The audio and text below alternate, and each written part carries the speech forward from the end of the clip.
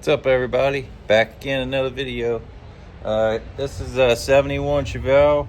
I'm gonna go over a little video here and how I'm installing this air ride system. I know we got some Ridetech stuff in the front, and I think it was like cool something. I don't know. I'll put the part numbers in the description. But this one, 71 Chevelle. Inside the trunk, you see it's been blasted, primed, and restored this whole car pretty much from a shell. So the easiest thing for me to do, I have a bad back, so it's hard enough to get in here, even to put these nutserts, thread setter, whatever you want to call them. They're like rivets, and these will hold 3/8 bolts. The first things first, I have this 1/8 inch diamond plate with some like 1.5 inch by 1.5 inch, or I did 2-inch angle in here, one going this way to bolt it down and one going this way. And I got ball bearing slides from Home Depot, so you need to slide this thing forward and backwards. It just rolls on tracks like a drawer. So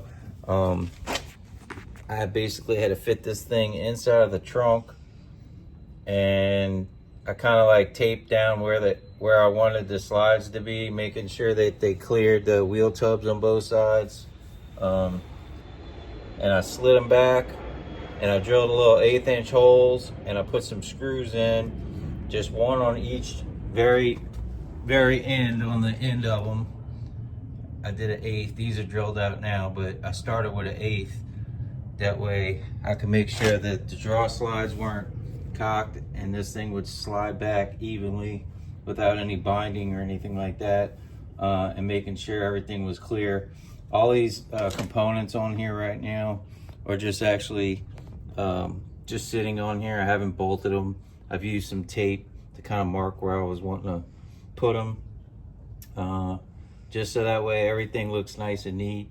And when I do go to install this into the vehicle, I can just, me and a buddy can pick them up. We'll put it in there. I'll block it up so it doesn't tilt back. And then I can put the 2 first bolts in, leave those a little bit loose, get the second ones in. Once you get them all in, then you can maybe snug 2, slide it forward, check it. I'm leaving them big enough to where I got a little bit of play, because the floor is not super even on here, and I might actually have to shim these pieces of angled aluminum to keep them level, so that way we don't have any binding. It just makes my life a lot easier. Helps my back out. I mean, it does suck mounting those nutserts in the trunk inside of here, but I figure if I could fight through to getting it all mocked up and fit and get those in, that's pretty much the hardest part.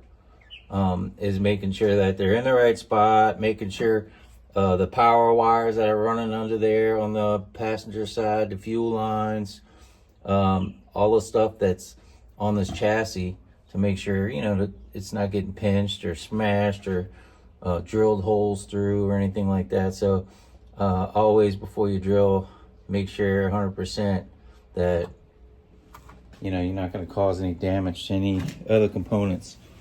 In this system, we got an airlift performance control for it, and a little touch screen thing shows your air pressures.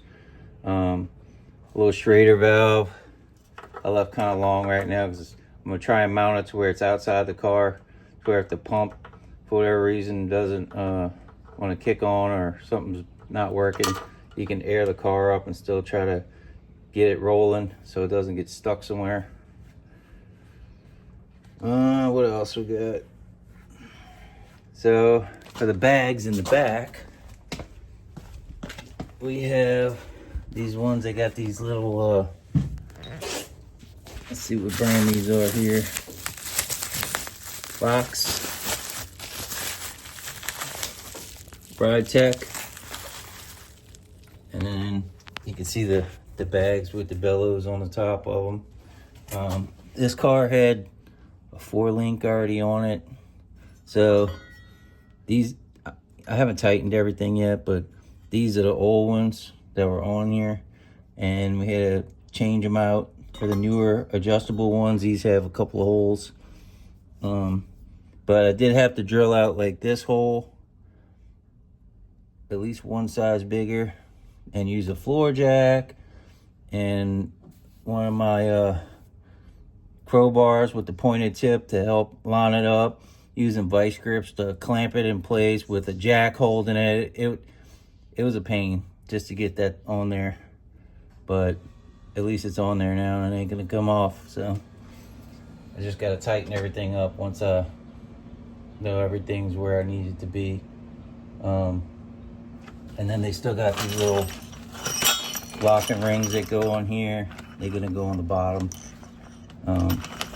Should have put that on earlier, but in the front we got bags. The only thing different, this kit was for a car with factory stamped steel lower control arms, and these are aftermarket tubular ones. So I was gonna try and just make a plate that bolted onto there, but I made a template for it that would have covered that hole, and I could have welded it on there. But I was looking at the way this thing is made here. It's got a bend in it, and that's to keep the angle of this straight when you're at ride height. So you need to make sure of that. Right now it's all loose, so you know, going up and going down, you need to make sure that whatever you're gonna have your ride height set at, that part is that is straight up and down, because it'll cause premature back failure and other issues. We have a little bit more problem with this car too, because these super comp headers, I made the heat shields, but there's not a whole lot of room for putting a shock like this in here on the backside. So I will be having to cut and modify this. It's gonna be fun, but it's all part of the plan, more or less. So in this car, sorry, I'm trying to hold this and film and talk at the same time, but so this car, being we have a 19-inch wheels, got the biggest motor, the biggest wheels, one of the bigger brakes, and the exhaust, super high flowing, like 2 1/8, but these are like super comp headers, so one of these primaries runs on the outside. So we're pretty much running out of space for adding stuff and buying upgrades for this car. So but that's what happens. You gotta put it all together. All right, let's stick to the main thing here. So try to give you a better idea of these brackets. They slide and they're gonna bolt in right here. So this kind of just gives you a rough idea. We got a water trap, we got the brain that controls all the lines going here. The end one over here on this end is for the exhaust. We changed the brackets that came on these Viair pumps with some better isolated mounts to kind of help with noise. I'm probably gonna put some sound deadening Resto Mod Air I use on all of these builds. I'll put that on the bottom of this, just because we're gonna have some subs in the trunk, and we don't need any unnecessary rattling or vibrations. Sound like aluminum cans in a bag. I still gotta do some shaving, some spots I've marked. I want to trim this down on here in this corner, because they got a wire harness that runs up the back, so I want to make sure all that stuff is clean and clear. It won't get chafed or cut or pinched. To short out, to burn. Same things with running the lines. Do just like electrical wiring. Run everything through grommets where they have to be. Make sure they don't get pinched, burned, smashed, snagged. You know, all the things that could happen to something that's added to a car. You have to think like 10 steps ahead. Also, like on this car, this is a full frame car, so I will be running everything inside the frame rails because they're protected in there. These are all capped off with extra bracing and stuff, so they'll be out of the way, and you know, hopefully give years of trouble-free service. And if not, we can always slide this back and have access to it without breaking my back, because I'll be the one working on it. So gotta think ahead, you know. Well, this will be all for this part of this video. Might do a second part after I get it installed, when we get to the electronic part. So stay tuned to the next video. Peace.